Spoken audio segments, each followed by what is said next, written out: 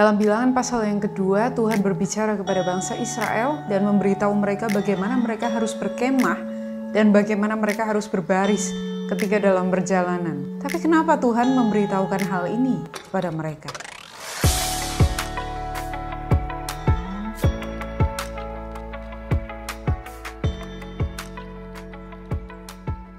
Kenapa tidak membiarkan bangsa Israel berkemah dimanapun mereka mau? Atau berjalan dengan urutan bebas menurut mereka? Ini semua Tuhan rancangkan, Tuhan atur sedemikian rupa dengan alasan ketertiban dan keamanan. Kita perlu ingat bahwa ketika bangsa Israel berjalan di padang gurun, bangsa ini adalah rombongan orang-orang yang jumlahnya mungkin jutaan.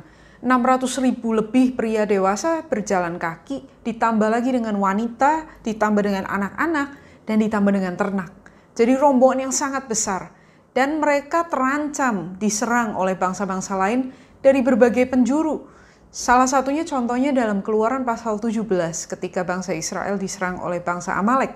Selain itu bangsa Israel bukan hanya menghadapi ancaman dari luar, tapi mereka juga berjalan bersama dengan Tuhan, Allah yang Maha Kudus. Dan di dalam perjalanan itu mereka tidak bisa sembarangan bertindak karena mereka sangat dekat dengan Allah. Allah berkemah di tengah-tengah mereka. Kalau orang Israel terlalu dekat kepada Allah, mereka bisa mati. Kalau terlalu jauh keluar dari perkemahan, mereka bisa diserang oleh musuh. Dengan pertimbangan tersebut, Tuhan menyusun perkemahan Israel dan urutan barisan perjalanannya. Sebagai sentral dari barisan Israel, sebagai sentral dari perkemahan Israel, bukanlah suku yang terkuat atau para pemimpinnya, melainkan kemah pertemuan, kemah suci yang diperintahkan Allah untuk didirikan oleh Musa. Di dalam perjalanan orang Israel, kemah ini akan diangkut oleh orang-orang Lewi di bawah pimpinan para imam, anak-anak Imam Harun. Kemah pertemuan hanya memiliki satu pintu yang menghadap ke sebelah timur. Dan yang berkemah di sebelah timur kemah pertemuan adalah Musa, Harun, dan keluarga mereka. Di sebelah timur mereka lagi adalah suku Yehuda, Isakhar, dan Zebulon yang terkenal sebagai suku-suku petarung, suku-suku pejuang. Kaleb, salah satu pahlawan Israel, berasal dari suku Yehuda. Dan ketika bangsa Israel harus berangkat sesuai dengan arahan Tuhan, maka ketiga suku inilah yang akan berangkat paling depan. Di sebelah selatan kemah pertemuan ada perkemahan Bani Kehat yang merupakan keturunan dari suku Lewi, dan di sebelah selatannya lagi adalah perkemahan suku Ruben, Simeon, dan Gad. Ketika orang Israel di dalam perjalanan, maka ketiga suku ini adalah yang berjalan di baris kedua, di belakang Yehuda, Isakhar, dan Zebulon. Dan di belakang Ruben, Simeon, dan Gad ini adalah suku Lewi yang membawa perkakas kemah pertemuan dan juga bongkaran kemah pertemuan. Di sebelah barat kemah pertemuan ada perkemahan Bani Gerson dari suku Lewi, dan di sebelah baratnya mereka lagi ada perkemahan suku Efraim, Manasye, dan Benyamin. Ini juga suku-suku yang terkenal sebagai pahlawan, terutama suku Benyamin nantinya. Yosua yang menggantikan Musa memimpin Israel berasal dari suku Efraim. Di sebelah utara kemah pertemuan ada perkemahan Bani Merari dari keturunan suku Lewi, dan di sebelah utara mereka lagi ada perkemahan tiga suku yang terakhir yaitu Dan, Asher, dan Naftali. Demikianlah kemah pertemuan menjadi sentral dari perkemahan orang Israel karena dia di tengah-tengah dan suku-suku Israel di sekelilingnya, ataupun di dalam perjalanan karena kemah pertemuan ini berjalan di tengah-tengah dengan 6 suku di depannya dan 6 suku di belakangnya. Jadi kita melihat betapa sentralnya peran kemah pertemuan ini bagi orang Israel. Kalau dilihat dari atas, kemungkinan perkemahan orang Israel bentuknya seperti salib dengan sentralnya adalah kemah pertemuan. Kemah pertemuan kemudian ke timur, ke barat, ke utara, dan ke selatan. Pelajaran apa yang bisa kita tarik dari sini? Yang pertama teman-teman, pertanyaannya adalah mengapa Allah menyertai Israel? Mengapa Allah diam di tengah-tengah mereka? Mengapa Allah melindungi mereka? Jawaban yang pasti adalah karena Allah terikat dengan perjanjian dengan Israel. Israel adalah satu-satunya bangsa yang punya perjanjian dengan Allah. Dan karena ada perjanjian itu, maka Allah tinggal di tengah-tengah umatnya.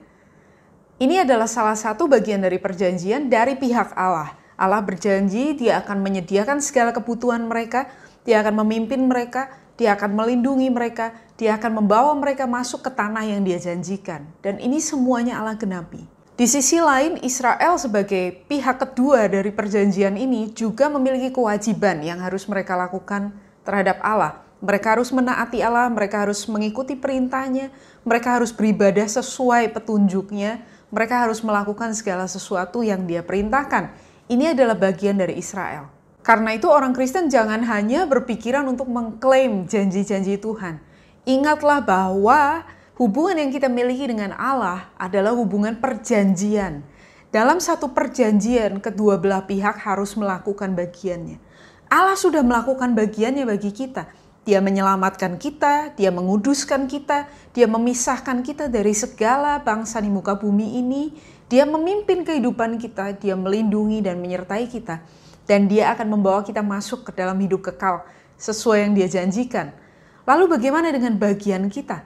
Kita juga harus melakukan apa yang diperintahkan oleh Allah bagi kita. Kita harus menjalankan kewajiban kita kepada Allah. Kita harus hidup sesuai dengan yang Dia kehendaki. Itu adalah bagian kita. Kalau itu kita lakukan, maka kita bisa mengharapkan janji-janji berkat Allah yang akan Dia berikan kepada kita. Pelajaran lain yang bisa kita dapatkan dari perkemahan dan barisan orang Israel ini adalah bahwa Allah yang kita sembah itu menyukai keteraturan. Allah memberikan berbagai peraturan kepada bangsa Israel, mulai dari kitab Keluaran sampai kitab Bilangan. Bagaimana mereka harus beribadah, tempat ibadahnya harus seperti apa, pakaian imam harus bagaimana, lalu persembahan apa yang harus mereka bawa kepada Tuhan, kemudian bagaimana cara hidup mereka sebagai bangsa yang dikuduskan oleh Allah. Ini semuanya diatur oleh Allah. Dan dalam Bilangan bagian ini kita melihat bagaimana Allah mengatur barisan mereka, perkemahan mereka. Ini semua menunjukkan bahwa Allah menyukai keteraturan. Memang kadang-kadang Allah melakukan sesuatu yang tidak terduga, yang mengejutkan, sesuatu yang spesial. Tapi ini adalah pengecualian. Ini bukan kebiasaan. Jadi kita sebagai orang Kristen jangan berpikir mintanya kejutan-kejutan dari Allah gitu ya. Tidak. Yang Allah inginkan bukan hidup yang penuh dengan kejutan, hidup yang random, hidup yang nggak bisa diprediksi di sana-sini. Tapi yang Allah inginkan adalah hidup yang konsisten, hidup yang tertib, hidup yang teratur, di mana kita melakukan apa yang Dia kehendaki, di mana kita bertindak sesuai dengan yang Dia pimpin. Dan itu sesuatu yang menyenangkan bagi Allah. Paulus berkali-kali menjelaskan hal ini di dalam perjanjian baru. Dia berbicara salah satu contohnya kepada jemaat di Korintus. Dia berkata, jangan melarang orang yang berbahasa roh, tapi segala sesuatu harus berlangsung dengan sopan dan teratur. Paulus berkata, aku ini lebih banyak berbahasa roh daripada kalian semua. Tapi dia tidak menyalahgunakan karunia-Nya itu untuk menimbulkan kekacauan. Yang Paulus inginkan adalah ibadah yang teratur. Ketika ada yang berbahasa roh, maka yang lain dia mendengarkan dan kemudian ada yang menafsirkan bahasa roh itu. Jadi ini adalah cara yang alkitabiah untuk mengerjakan karunia kita di dalam ibadah. Ini salah satu contohnya. Kemudian juga tertib hidup kita sebagai orang-orang percaya. Kita harus menjaga supaya kehidupan kita menjadi teladan bagi orang lain. Oh, dia hidupnya baik. Dia bisa mengatur rumah tangganya dengan baik. Orang itu hidupnya baik. Dia sopan, dia nggak pernah menimbulkan masalah. Dia nggak pernah kehilangan kendali atas emosinya. Dia selalu bisa menguasai diri. Dia bekerja dengan rajin, nggak pernah bolos. Hasilnya baik. Ini semua memuliakan Tuhan. Dan ini semua adalah hal-hal yang berkenan di hadapan Tuhan.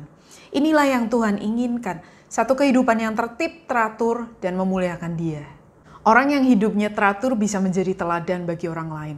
Orang yang hidup sesuai dengan petunjuk firman Tuhan bisa menjadi teladan bagi orang lain. Tapi orang yang hidupnya tidak punya jalur, tidak punya tata tertib, nggak bisa jadi teladan bagi orang lain.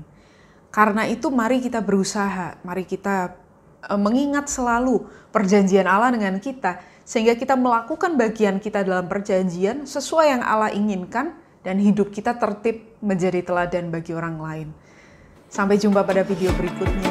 Tuhan Yesus memberkati.